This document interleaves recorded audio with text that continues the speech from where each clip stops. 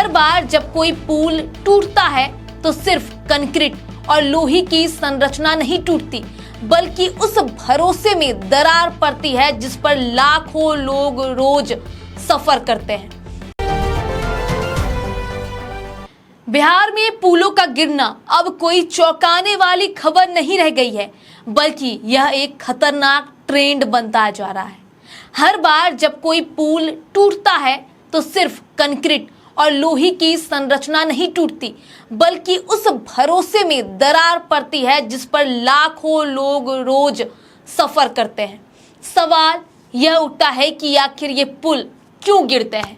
जांच और विशेषज्ञों की बातों में बार बार यही सामने आता है कि निर्माण में घटिया सामग्री का इस्तेमाल, डिजाइन में खामियां, निगरानी की कमी और मेंटेनेंस में लापरवाही जैसे कारण इस संकट की जड़ है। इसके अलावा नदियों के बदलते प्रभाव और तेज कटाव की पुलों की नींव को कमजोर कर देते हैं। लेकिन इन प्राकृतिक कारणों से ज्यादा गंभीर सवाल सिस्टम की कार्यशैली पर उठ रहे हैं।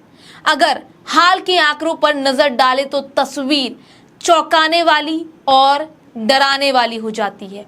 मई 2026 4 मई को भागलपुर का मशहूर विक्रमशिला सेतु अचानक टूट गया, जिससे पूरे राज्य में हड़कंप मच गया। इससे पहले साल 2024 में महज 17 से 18 दिनों के भीतर 12 से 14 पुल गिरने की घटनाएं सामने आई। यही नहीं, अगुवानी सुल्तानगंज पुल 3 साल में 3 बार टूट चुका है, जो अपने आप में इस सिस्टम की सबसे बड़ी विफलता को दिखाता है। जुलाई 2024 में तो हालात ऐसे हो गए थे कि सिवान और सारण जिलों में एक ही दिन 5 पुल गिर गए। लेकिन आगे भी ये मामला सामने आया, जबकि अररिया में 12 करोड़ की लागत से बना पुल उद्घाटन से पहले ही धराशायी हो गया। ये घटना ये बताने के लिए काफी है कि समस्या अब इक्का दुक्का हादसों तक सीमित नहीं रह गई है, बल्कि यह एक गहरे संकट का रूप ले चुकी है। इन लगातार हो रही घटनाओं के बीच सबसे बड़ा सवाल जिम्मेदारी का है। हर हादसे के बाद कुछ अभियंताओं को सस्पेंड कर दिया जाता है, जांच बैठा दी जाती है, मीटिंग होता है और आश्वासन दिए जाते हैं कि ठीक हो जाएगा।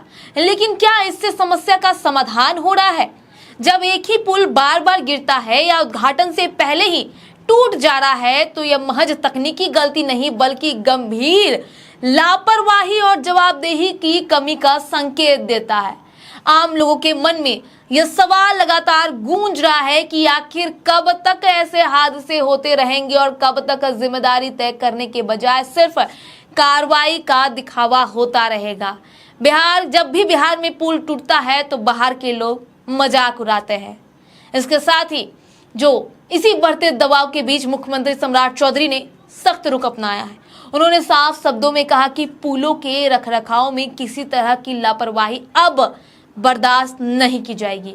सभी बड़े पुलों का एसओपी ऑडिट कराने का निर्देश दिया गया है और 250 से अधिक पुराने पुलों की सुरक्षा जांच के लिए आदेश दिए गए हैं।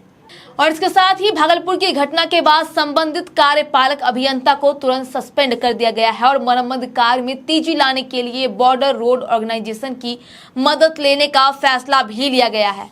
सरकार का दावा है कि विक्रमशिला सेतु के समानांतर बन रहा नया 4 लेन पुल इस साल के अंत तक तैयार हो जाएगा, जिसकी लंबाई 4.45 किलोमीटर और लागत करीब 995 करोड़ रुपए है। जबकि क्षतिग्रस्त पुराने पुल की मरम्मत 3 महीने के भीतर पूरी करने का लक्ष्य रखा गया है। हालांकि ये देखना होगा कि 3 महीना में पूरा होगा या नहीं। वहीं डॉक्टर चंद्रशेखर ने पुराने क्षतिग्रस्त पुल को लेकर भी आश्वासन दे दिया है। लेकिन आखिर में सवाल वही है जो हर बिहारवासी के मन में है, क्या ये कदम सच में हालात बदल पाएंगे या फिर अगली बारिश में फिर कोई नया पुल गिरने की खबर सामने आएगी? क्योंकि पुल सिर्फ रास्ते नहीं होते हैं, ये आम लोगों की भरोसे सबसे मजबूत कड़ी होते हैं और जब वही बार बार टूटने लगे तो यह सिर्फ एक तकनीकी समस्या नहीं बल्कि पूरे सिस्टम की सबसे बड़ी परीक्षा बन जाती है। हालांकि इस खबर को लेकर आपकी क्या राय है हमारे कमेंट बॉक्स में जरूर बताएं और तब तक के लिए बने रहे स्वराज पोस्ट के साथ। धन्यवाद। गोल, जहां 28 वर्षों के सफर में 18,000 से भी अधिक छात्रों ने डॉक्टर एवं इंजीनियर बनकर सफलता की ऊंची उड़ान भरे है, जहां साधारण छात्र भी बिहार एवं झारखंड टॉपर बनकर बड़ा इतिहास बना रहे हैं। दूरदर्शी शिक्षाविद श्री विपिन सिंह के मार्गदर्शन में मेडिकल एवं इंजीनियरिंग के लाखों छात्रों के लिए आशा की किरण के रूप में गोल, द रिजल्ट फैक्ट्री